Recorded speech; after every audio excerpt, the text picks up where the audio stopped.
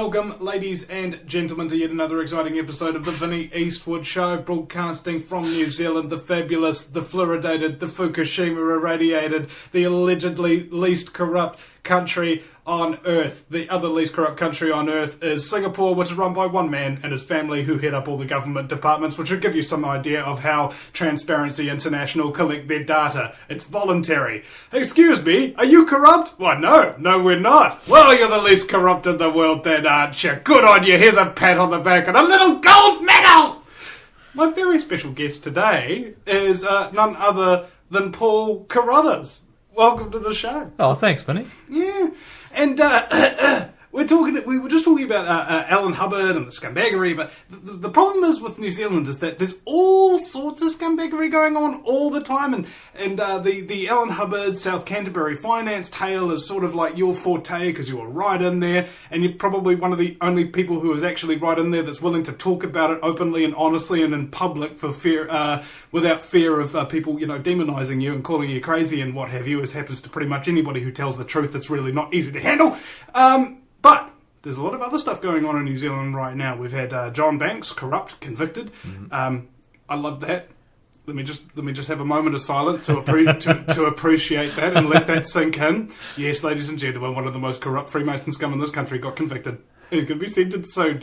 I can't wait. I just can't wait. What's your opinion on that? I'm thrilled about it, personally. Absolutely. I'm more thrilled about it strategically for the harm that it's going to do to John Key's election campaign than I don't care about John Banks, quite frankly. The guy was irrelevant years ago. He's just a sort of frivolous waste of space, really. But the fact of the matter is that he was strategically valuable to John Key from the point of view of being able to helping John Key pass legislation. So the only aspect about John Banks' situation that annoys the hell out of me is the fact that he's not going to he's going to keep turning up to Parliament, defrauding me as a taxpayer, right, of my money by claiming a salary, and continue to help John Key pass dodgy legislation. It just annoys the hell out of me. He shouldn't be allowed to do it. The corruption is corruption.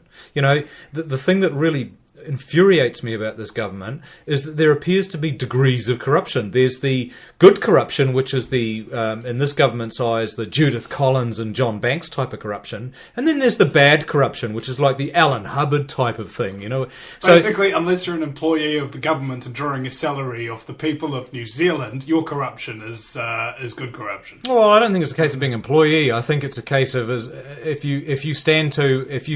you're someone who John Key can use strategically to boost his own chances or increase his own income or make himself look good, then he will encourage the rest of the country to overlook your crimes and shortcomings. My fundamental point is this about John Banks and Judith Collins, and I only have one question for John Key. Why the hell are you not holding those two ministers up to the same? Why are you not holding them to the same standard that you held Alan Hubbard to? Probably the same reason why the government had to close all its schools. Because it didn't have any principals. Yeah, well, the bottom line is it didn't have a leg to stand on in this. Anybody who knows anything about the South Canterbury finance case and the whole investigation into it would know that this thing is an absolute scam, and it has been since day one. Let me summarise some of the basic points for you guys as New Zealanders to go away and have a think about. And these are things that were staring at you in the face right from day one with this issue, and most of you ignored it. 1, they accused the guy of fraud before they even commenced an investigation. How can you have a proper investigation when you've already announced the outcome of it before you even start it? Right? They told the whole of New Zealand that he was guilty in the front of every newspaper and on television 9 months before they even charged him with a crime. So straight away, if Alan Hubbard had ever got to a courtroom, and we all know that he died 2 days before he actually got to court to prove himself, to put his case forward, his first opportunity to prove himself innocent, and And the government accused him of the government effectively accused him of being guilty 9 months before they even charged him. Well, he would have been able to walk into a courtroom and prove to a judge beyond any doubt that he would not get a fair trial in New Zealand the way they conducted his trial in the media for 15 months before he even got anywhere near a courtroom. Anybody under those circumstances could walk into court and say, Your Honour, here's several hundred newspaper articles and several hours of TV clippings which show me being accused of this crime long before any investigation even started or any investigation was even underway. How can I get a fair trial? And the judge would have had no choice but to throw it out. That would have been one of the first things against John Key if Alan Hubbard had actually ever got to court. Now, the thing you should be considering is that Alan Hubbard was due in court 2 days after he was killed, about 6 weeks or 7 weeks before the last election in 2011. Now, if Alan Hubbard had gone to court and the judge had thrown his case out, or a whole lot of evidence had been put forward in the court that would have ended up on the front page of newspapers that was embarrassing to John Key, right, 7 weeks before the last election, what do you think would have happened to his chances if, for instance, Alan Hubbard had proved that all the accusations and allegations against him made by John Key and his colleagues were in fact incorrect, and the process they used to arrive at those conclusions and allegations was completely unfair and unlawful? What's the word for being lower than Judas? It's sub Judas, eh? No, that's all the journalists have written articles about it. Most of them are sub Judas, but you know the thing is that the whole process was back to front. They effectively constructed the story and they told it the way they wanted it to go. And none of you have ever questioned the fact that Alan Hubbard has never had his side of the story told. He's never had a day in court, and yet, even after his death now, they're sort of in the process of finding him guilty in a courtroom 3 years after his death. And the man never even had a trial himself. Well, that's extremely convenient for John Key and his colleagues. And it's like the reverse of the Charles Dickens novel A Christmas Carol. It's like, instead of like looking at all the dead people and stuff like that to remind you who you really were, they're looking at all these dead people to bring up their memories and stuff like that so that they can make them guilty after the fact that they're already dead and prove you freaking innocent. You know? Well, it's just like, Can we say, like, respect for the dead, right? You know? You're supposed to do that in a moral society, something that has respect, honour, integrity, that kind of thing. I mean, I'm not accusing the National Business Review or Fairfax Media of having any of those elements of character, but the thing that's happening here, I believe, is basically just what happens every single time major frauds are committed by authorities. They're just covering it up. And throwing you a straw man, just saying, hey, look over here, look over here. Don't notice the scumbaggery and all the crime and everything that we're committing, because we're allowed to. We're the government, you know, we write the laws, so of course we can break them, but you can't, not you, the citizen, or you, the private businessman who gives billions of dollars or whatever to, I don't know, poor struggling farmers so that they can get it off the ground. No, you're a bad person. We're the good guys. Well, look, you just got to look at the facts. Look at the facts, people. The government had the government appointed when go back to the beginning. 2008, National gets into power. Now this is a fact. The day after National took office, the Treasury went to Bill English and said, the South Canterbury Finance Crown Guarantee that Labor applied to South Canterbury Finance is up for renewal. Do you want to renew it? So the Official Information Act request that we've done since, and the information we've obtained, proves beyond any doubt that the governor of the Reserve Bank back then, Bollard, actually advised Bill English and Treasury not to renew the Crown Guarantee. Now, I've got an email from Bollard to Treasury saying, don't renew it, and it actually specifically says this: South Canterbury Finance is not too big to fail. It will not overtly damage the New Zealand economy if it does. And specifically what he said is, Alan Hubbard's a good man.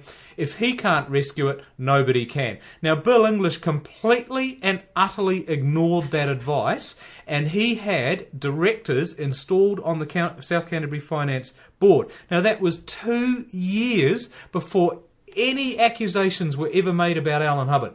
So they infiltrate. They turn it up. They turn Well, it no, upside they didn't. down. No, let's be fair. Let's be fair. Let's be really, really fair. The government had reapplied the Crown Guarantee against the Reserve Bank's advice. They reapplied the Crown Guarantee to South Canterbury Finance, right? And they installed their own people on the board of South Canterbury Finance to monitor it. So they were basically saying, look... Explain. No, I am explaining. Their own people. Who are these people? Well, there was a... Okay, the problem is those of us who have investigated it carefully, we know who those people were. But but the problem is the government won't actually admit that they were government-appointed directors.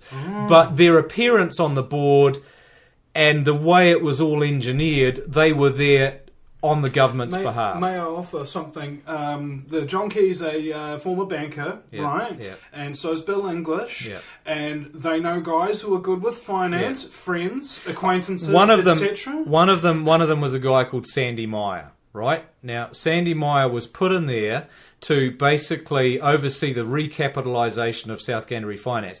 Turned out that he didn't actually achieve that, and it turned out that the way he carried on was looked to everybody from the outside like he was trying to do anything but achieve that. Who was he working for?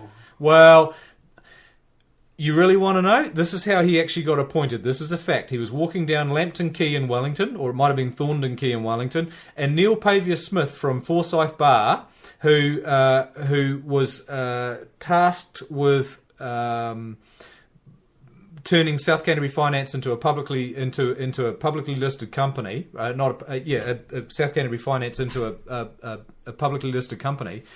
He ran into Sandy Meyer literally in the footpath in Wellington and offered him the job, and that is apparently how Sandy Meyer got the job at overseeing the recapitalisation of South Canterbury Finance, and Alan Hubbard was basically sidelined and not given any say in the matter, right? Now, Alan wouldn't have wanted any say in the matter at that point in time anyway, because for the 2 years from 2008 to 2010, this has never been reported, he was actually in hospital having his kidney cut out because he had cancer. So he spent that 2 years in more or less most of the time in hospital. The government's never told you. They're trying to pin the whole South Canterbury Finance thing on him and saying, oh, he had full control, and even in this court case they're having now, they're trying to pin the whole thing on him. But no one is actually saying, oh, by the way, he was running the company, completely running the company on his own accord from his hospital bed. Yeah, that's like saying Osama bin Laden pulled off 9/11 while he was on kidney dialysis from a laptop in some cave in Afghanistan. That's exactly right. So that's what they're trying to convince you that this old man, right, this 84-year-old man who'd just had his kidney cut out and struggled through 2 years of cancer survival and was coming to terms with being on dialysis treatment, masterminded this massive fraud on a complex scale. Now, the thing you've got to ask yourself is this. The government had their own directors on that board for 2 years, right, prior to actually even moving on Alan Hubbard. So they had the chance to oversee everything. They basically went fossicking through all the books on South Canterbury Finance, and this is what you've got to ask yourself. The government's role was to preserve the company and protect the interests of the investors. Why, New Zealanders, after 2 years of due diligence, having their own people in South Canterbury Finance fossicking around doing their own investigations, did they suddenly stand up in front of the whole of New Zealand and say, fraud, fraud, fraud, we're going to start an investigation, we're pretty sure this guy's guilty of fraud, fraud, fraud, fraud, fraud, fraud, and within 6-7 weeks of that accusation, South Canterbury Finance collapsed. Well, why did it collapse? Because the government screamed fraud to the whole of the country before they even started any investigation into the fraud. That's what alerted me to the fact that something wasn't right. Can I just offer a few things? No, seriously, no, okay. Hang on. You've got it. Oh, no. I understand what you're saying, and I'm just trying to kind of understand my thing here, right? So let's say friends, personal connection. This is theoretical on my part. Gets the job to come into South Canterbury Finance under the proviso that yes, I'm here to help. You know what the most dangerous thing you could ever hear I'm the government and I'm here to help you, right?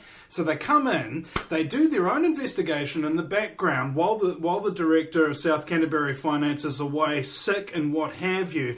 So what they do is they ferret out all the juiciest little bits of nuggets, all these investments and things of that nature. That's exactly right. It's like a sands through the hourglass. All you got to do is just pull the little pin, and all of a sudden all the sand goes from one side of the hourglass, i.e. the New Zealand people or the South Canterbury Finance investors and anybody who has any money into it, and all the sand comes down through the hourglass into the pockets of who?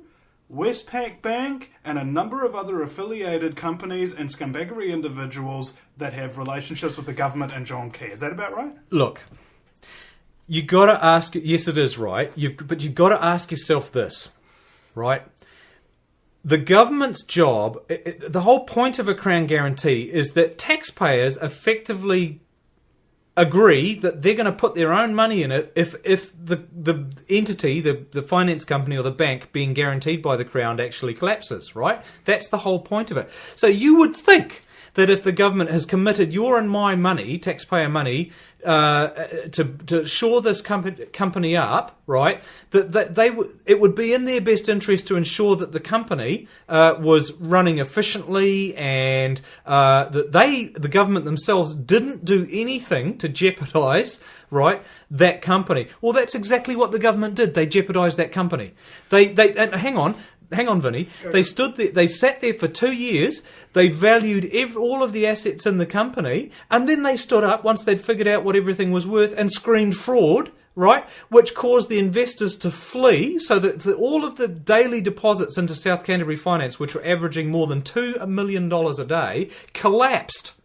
They collapsed completely, and people stopped depositing money. Within 7 weeks of the accusation of fraud, the finance company had collapsed and the government put it into receivership. That was the first red flag that should have warned everybody that the government was doing the very opposite to what it was supposed to be doing. It actually single-handedly sunk that company by accusing its owner of fraud, right? So, and now we've had 3 years down the track, it's been proven beyond doubt that those fraud charges against him in relation to his own companies, Aorangi Finance, were not true. The money was since proven to all be there. But back then, when it first started, if you remember, they were calling him Bernie Madoff and accusing him of running a Ponzi scheme.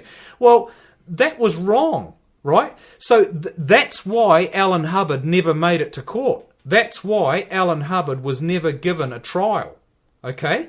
Because they couldn't afford for him to go into a courtroom. They couldn't afford for him to take his evidence along and prove that what they were saying was wrong, right? So they did due diligence for 2 years. They worked out what the company was worth. They screened fraud.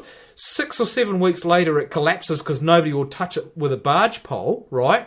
And then they put him through a 15-month media trial where they're going fraud, while the investigation is still ongoing, and that's before they even charged him with any crimes, right?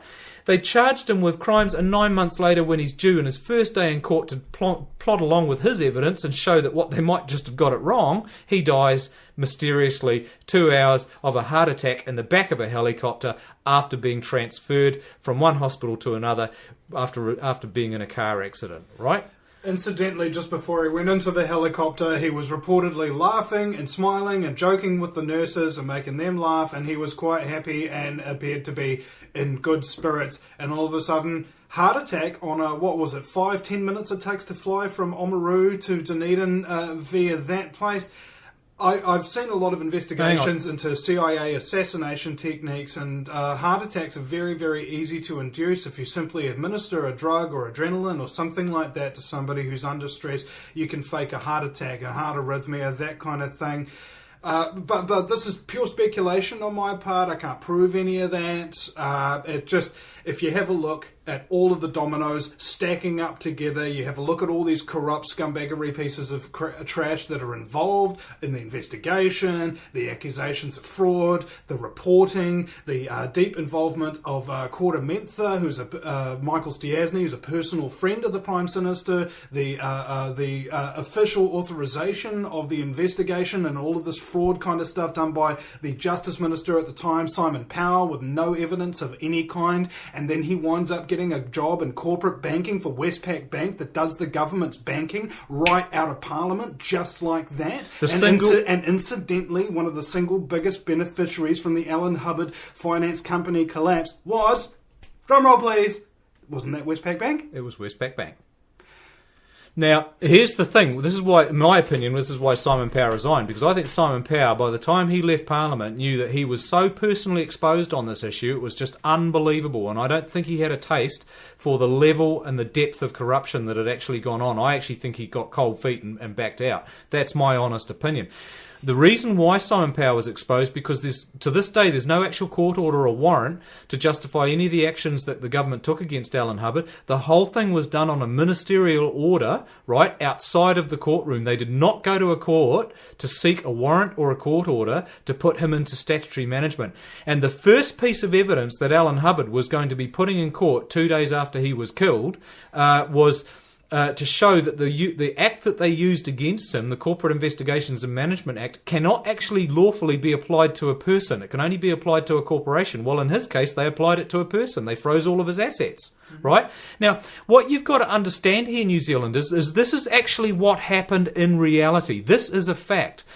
Alan Hubbard had his assets seized from him and sold out from under him by the Crown on the basis of accusations alone without a trial. Now, a convicted drug dealer gets more protection than that. But because he was a finance company director, and most of you people want to see finance company directors hang at any price, you don't care what process the government uses to arrive at the finding of guilt. And that is what enabled John Key to get away with this. That's why you haven't asked any questions, why very few of you questioned the process used against Alan Hubbard. Most of you don't care that it was completely unfair because it was just another finance company director. Well, you are the perfect person. John Key loves people like you, if you won't question it, because that's exactly what he needs. He needs people like you to get away with it. Right? That's right, ladies and gentlemen. It's one of the tricks of marketing. You know what the secret weapon is?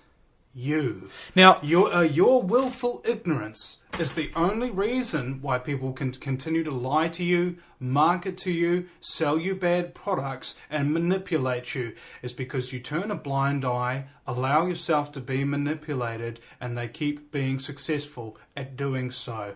You're listening to the Vinnie Eastwood Show. My very special guest is Paul Carruthers. We're talking about a whole range of topics today, and we will be right back after the break, ladies and gentlemen. Make sure you check out the VinnieEastwoodShow.com. It is a listener-supported broadcast, so if you want to donate or subscribe today for $10 a month or $5 a month, that would be much appreciated. Also, check out our sponsors, Volcania International Coffee, as well as the books, The Range of Illusion by Brian E. Holmes, and the Crowdfunding Revolution by Kevin Lawton, the High Tea Cafe in Portage Road, New Lynn, and the Gourmet Soap Kitchen in Wagga Wagga. And don't forget Blue Shield. Protect yourself from that EMF radiation at all costs. We'll be right back.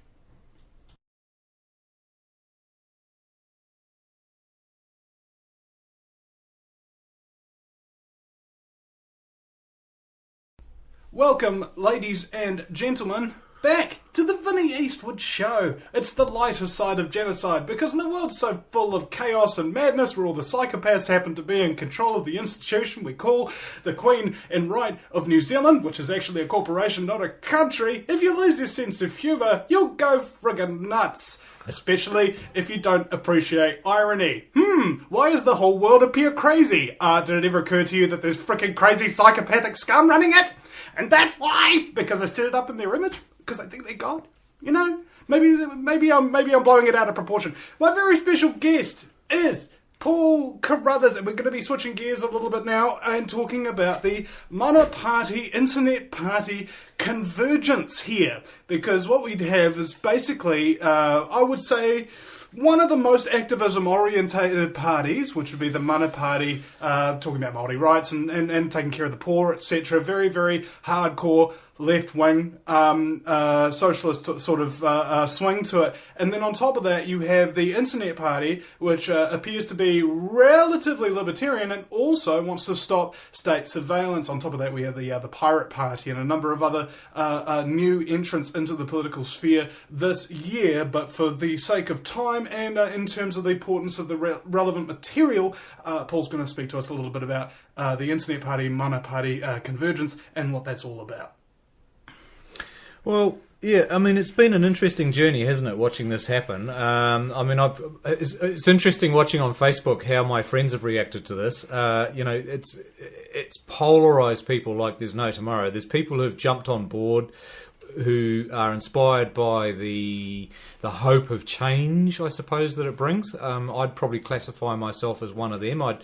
Taking a bit of a passive approach to the whole thing. I'm not actively joining any parties or anything like that. But my feeling is that the Internet Party, the Internet Mana setup, is probably the only real hope that New Zealanders have of affecting real and lasting change in terms of our system, that structural change. So that's moving away from the privately owned central banks. It's moving away from the surveillance state. It's becoming, I think, under the Internet Party or the Internet Mana Party, we'd probably stand a better chance of becoming a neutral sovereign country than we would if we stick with any of the other major current parties, and that includes even the Greens, because they're all effectively controlled by the same corporations. I mean, even the Green Party does not step out of line when it comes to certain issues. The Green Party will comply with the Crown's requirements on all sorts of issues. Privatisation, public-private partnerships. Yep. I mean, the Green Party did absolutely nothing about the South Canterbury finance scam when they were presented with incontrovertible evidence. That the whole thing was a fraud being perpetrated on the public, and the reason why they didn't do anything was because the Crown is so exposed on this issue that it would make all parliamentarians, all MPs and all political parties look bad if the truth came out. I'd say that's true, and I've just been thinking recently, Paul. It's like somebody asked me who I was voting for, and I was like, well, there's only two reasons why I would vote for somebody. One, if they get demonised in the media, it's worth a vote. And two, if they get completely omitted from the media, it's worth a vote. So basically, you do the opposite of whatever the media tells you to do. These guys are really bad. Man, they must be really good. Yeah. Oh, these guys aren't worth a mention. Man, they're worth a look. Yeah. And that's how it works in New Zealand. I mean, all you got to do is read a major mainstream newspaper article about anything political, and whatever they say to you, think the opposite, and that will probably be true. Yeah, it's a fun game, because you realise that you live in an ironic universe, which actually makes messing with it a lot more fun once you realise what the rules of the game are, okay? Because the only way to win a rigged game, Paul, is to cheat. Yeah, that's pretty much it. And so what they've done is they've rigged the game, and so that they can purposely cheat over and over and over again without anybody being able to stop them. But as long as they don't know that that's the game being played. Look, two polarising figures here. You've got Honi Harawira and Kim.com, right? And I don't know much about Honi Harawira. He polarises people, or I'll rephrase that. A lot of the mainstream media seem to go out of their way to try to polarise him. I've read a lot of what the guy's said, read some of what he's written. I think he's demonised over and above what he deserves. Oh, yeah. By the mainstream media. That's my personal opinion. As far as Kim.com goes, I get annoyed when the arguments about this man are reduced to sort of infantile, childish, schoolboy sort of, school grounds sort of, the fact that he's fat and he's German's got nothing to do with anything. Yeah. Got nothing to do with anything, right? the issue of him being up on extradition charges or an extraditable case to the United States. Look, let's be clear about this. I am very angry as a New Zealand taxpayer that $1 of my money was used pursuing the ridiculous raid against that man's house and the Crown's case against him trying to get that guy extradited to the United States. Why are we spending New Zealand taxpayer money on what should be a civil case? It's not a criminal matter. This is about studios and US corporations bitching because they're missing out on income, or they're blaming him for income that they claim they've lost. We're not talking about violence here or terrorism. We're talking about lost income. That's a civil matter. Why is New Zealand taxpayer money being used pursuing what should always have been a civil case? Now, if this man's guilty of piracy, well, on the basis of the argument that they're using, and I have studied this carefully, then what should happen is the New Zealand government should drag the owner of every airline that lands in New Zealand, should drag them into a courtroom and basically have them extradited to the United States as responsible for every hijacker and every person who ever gets on any of their aeroplanes anywhere in the world with a stolen item. I mean, for God's sake, where do you draw the line? Well, here's where I draw the line. Did the police question Kim.com before they raided him?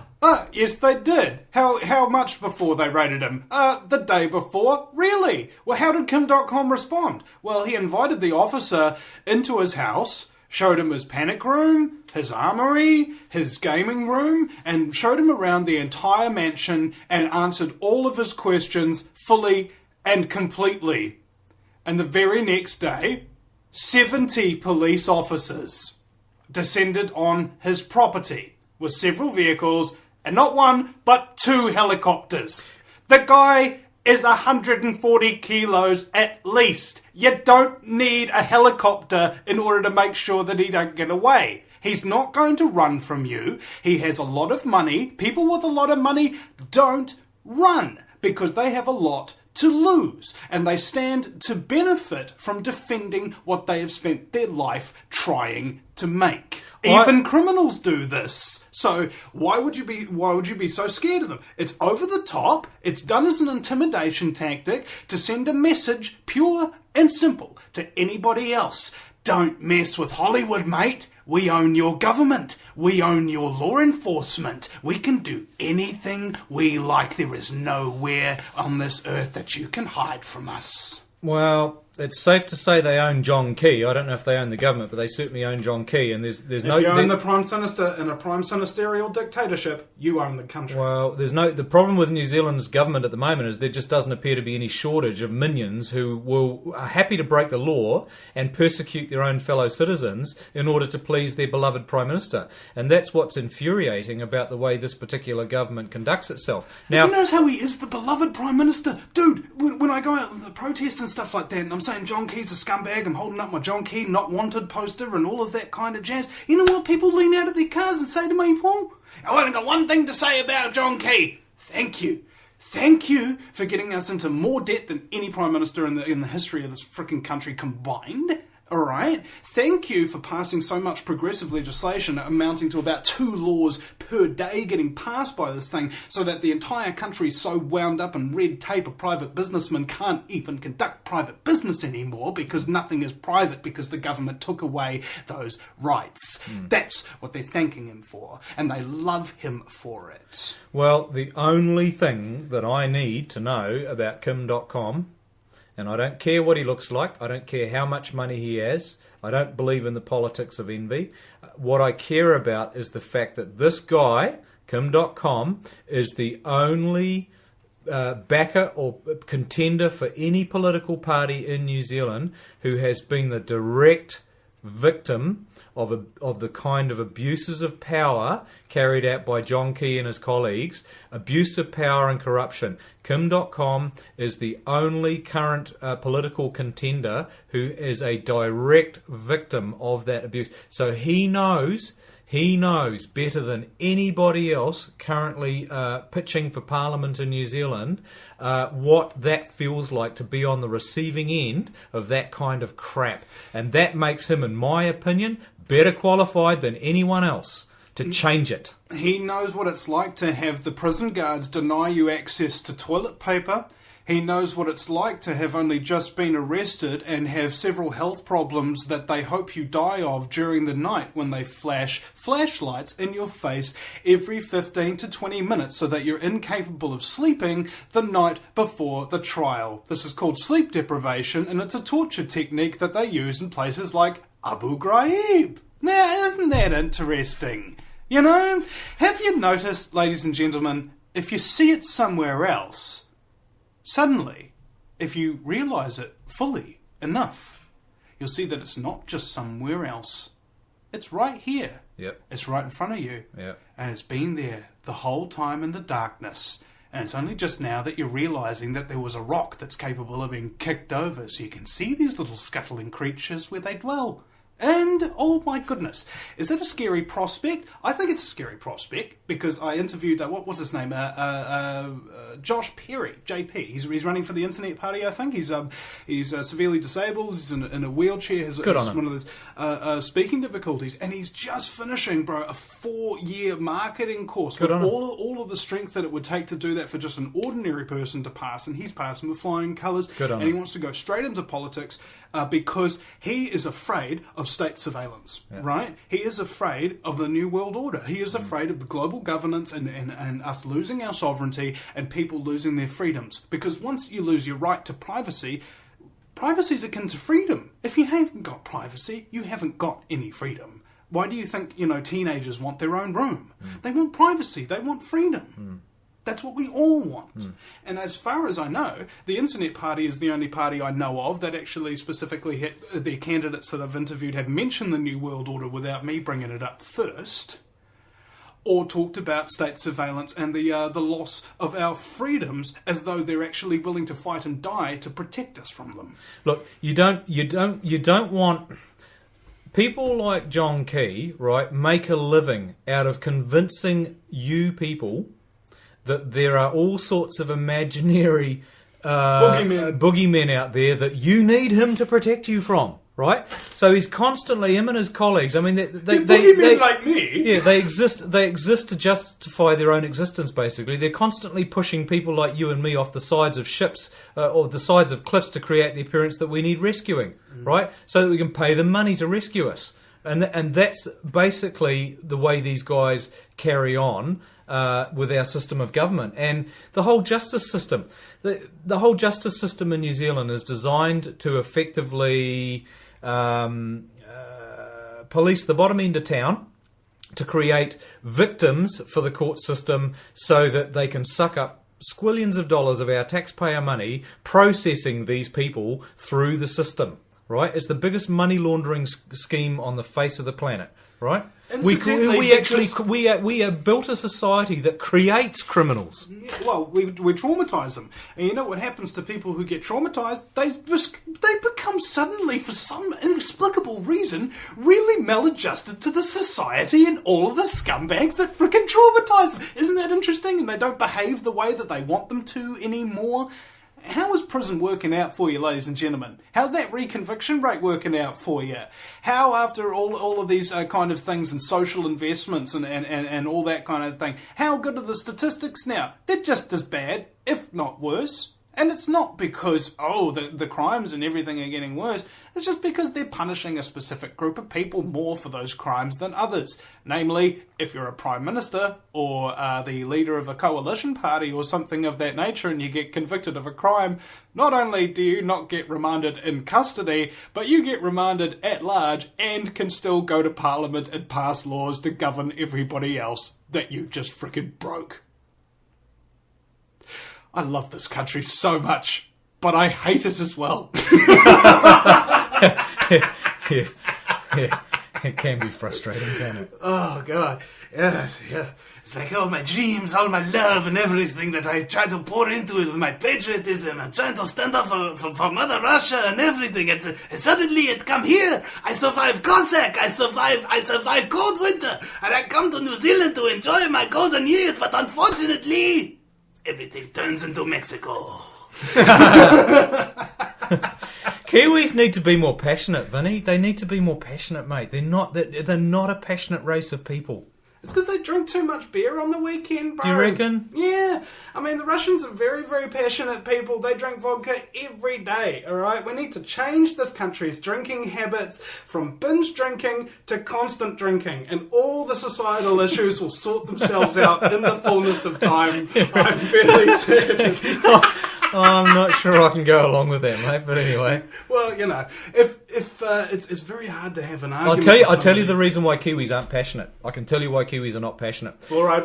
No, it's called parental disapproval syndrome. It's the most disapproving society. New Zealand and Australia particularly. It's like Victorian England transplanted itself here like 170, 200 years ago, and it didn't actually have much contact with the outside world until less than 100 years ago. Yeah. And so it's still very insular, and it's very sort of, can you imagine the sort of stern parent, you know, the old Pink Floyd thing with the school teacher, and, you know, we don't need you. Yeah. You know, we don't need your education. Yeah, and you've got that stern school teacher leaning over that little boy with that big finger pointing. You know what I mean? And that's New Zealand. That's New Zealand society. You know, what do you mean you're unhappy? You're not allowed to be unhappy. Put a smile on your face. You know what I mean? Oh my God.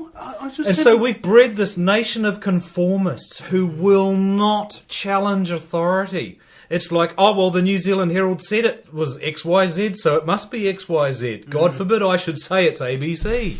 Yeah, I had a conversation with a person the other day, you know, who just had Queen's birthday weekend, and I did a little picture of the Queen smiling and waving, going, "Happy Queen's birthday weekend, slaves." And one girl was arguing with me, and she goes, I'm not a slave, you know, I've got a dream job, and all this kind of stuff. And I go, really, do you pay taxes? Well, of course I do, everybody does. Did you volunteer to pay those taxes, or were they forced upon you by bearing of consequence of you going to jail or having to pay huge fines or something like that? Well, obviously I did. And then she started to say that she didn't pay taxes. And I go, really? Have you got an income tax for the slip or something like that? PAYE or ACC or any number of hundreds of other different forms of taxation that you pay, whether or not you're spending your money, earning your money, or giving your money away to somebody. It's always being taxed and you've got absolutely no choice about it. You'd agree that if you earn money and 100% of all your earnings go to somebody else who owns you, that you're a slave, wouldn't you? Well, however, what if it's 10%? That you get taken away from you with no choice? What if it's 50%? Slavery is slavery. The only difference between a chicken in a factory farm and a free-range chicken is the environment in which they're enslaved. It doesn't change the fact that they're still a chicken owned by somebody else. That's right. Giving away their golden eggs. That's right. People, you're deluding yourself if you think you're free in this society. I can tell. Look, do you think are you freehold on your land? Do you think you're freehold on your land? Let me ask you this. I'll tell you this. Don't pay your rates. Don't pay your rates, right? Even if you own your land freehold, don't pay your rates and see how long they let you stay on your land. That'll be a test to tell you how free you are. Mm-hmm. Friends, countrymen, fellow slaves of the plantation, you're listening to the Vinny Eastwood Show, and it's just so nice, isn't it? Because reality, although it can be quite harsh, and in fact my wife was telling me just yesterday, Paul, knowing the stuff that we know gives you post-traumatic stress symptoms. It doesn't it? What? It freaking does, eh? Because you're I had this whole perception of reality, like you could trust cops, and you could vote for a politician, and they do what they said that they were going to do, you know? Like, I came from that stage of naivete to now jumping the gun, into almost a, for lack of better term, 100% cynicism vibration. You know? Yeah. That's basically how it's worked out. And the really depressing thing about being so cynical is how often I'm correct versus how often I'm wrong. Yeah. I'm wrong very rarely, and that actually doesn't make me happy that I'm right. It makes me really pissed off because I wish I was wrong, Paul. Yeah, me too, mate. Me too, absolutely. The thing that saddened me more than anything else trying to help Alan was because I spoke to him so often, and I was so privy to his defence material, and I knew what was going to be put in court. It broke my heart when he died because I knew that he had the evidence that could have sunk John Key. And the reality is we couldn't get it across the line because the media wouldn't give him a voice, because his lawyers were... well, one of his lawyers is now the Crown Solicitor, so you do the math. But the bottom line is the real reason was that people didn't care. People just didn't care. They didn't care that the process used against this man was completely unfair because he was a finance company director. So people, because of their own prejudices, just had no interest in studying the facts. They were just quite happy to accept everything they were told by Key and his mates. Right? So it was really frustrating knowing how much evidence there was that never got put before the New Zealand public, would have been profoundly damaging for John Key if it had, right? And that we didn't have the publishing power to do it. The media was ignoring us. The media wouldn't give Alan Hubbard his side of the story. They were just printing everything the government said willy-nilly, and people just swallowed it. And people didn't see any need to go and investigate the facts for themselves because, I don't know, Game of Thrones is on, or, whatever the hell. I mean, the people are just sleepwalking their way into oblivion, the way this world is going, the way New Zealand is going, right? You people out there need to get passionate, and you need to wake up, because your quality of life and your freedoms are eroding on not just a yearly basis anymore, but a bloody monthly and a weekly basis, and you are sleepwalking your way into a totalitarian society. I mean, you've only got to look at the lengths John Key has gone to harm and punish and subvert his own citizens in order to maintain the appearance of propriety, to maintain the appearance of big government, to maintain the appearance of the government being in control and it's stamping down on law and order. I mean, they're actually creating criminals out of nothing, out of nowhere, to convince you that they're doing a good job. And it just is... And you're letting it happen because, I don't know, you're obsessed with a TV program, or you're obsessed with your next pleasant sensation. And you're even more obsessed with avoiding any kind of feeling of discomfort. If it makes you feel uncomfortable, you just block it out. You don't want to know about it. And that includes the news and information. And so these people are just running rings around you, and you're enabling them, right? Wake up. It's a painful process, waking up. I'm not going to lie to you, ladies and gentlemen. You're going to hurt. You're probably going to cry. You're not going to feel happy for a very long time. Your family aren't going to listen to you. Neither are your friends.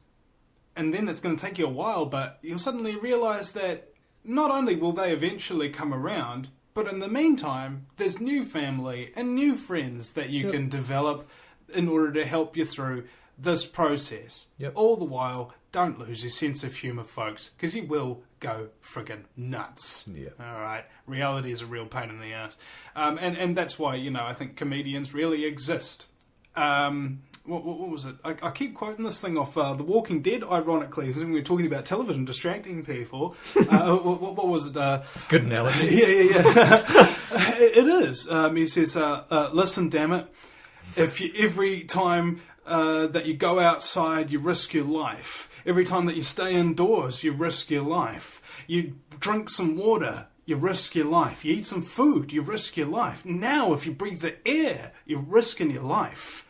It's a given. All that you can do now is decide what you're risking it for. These people need help. I can give them comfort. I can save lives. And that's more than a good enough reason to risk mine. And you know that. You listen to the Vinnie Eastwood Show, ladies and gentlemen. Thank you very much for doing so. We'll see you again sometime, and make sure to check out our sponsors. And if you are really, really keen, start up a regular donation into the Vinnie Eastwood Show Kiwi Bank account today so that we can keep financing this operation to give people who are exposing the scumbaggery that the media kind of block out and what have you, and actually just give them a voice for once. Wouldn't that be nice? If the people who are actually telling you real stuff had a voice, had a vision, a really brilliant vision. Yesterday, I saw a mainstream media news reporter right in front of me, and I walked over and I cracked him in the face and I stole his microphone right in the middle of his live report and delivered a perfect, incredibly good news report, totally improvised. Wouldn't that be frickin' hilarious? If you were just listening there, you're watching TV, all of a sudden, the douchebag with the microphone gets haymakered and boom! Down he goes, and the dude who haymakers him grabs the microphone and goes, "This is Vinnie Eastwood, Mr. News. We're standing outside the court today where a criminal scumbaggery motherfracker called John Banks has just gone down on fraud charges as a whole bunch of activists and so on celebrate by shall we say, covering themselves in figurative champagne." Back to you in the studio. We'll see you again sometime, folks. Don't lose that sense of humour, eh?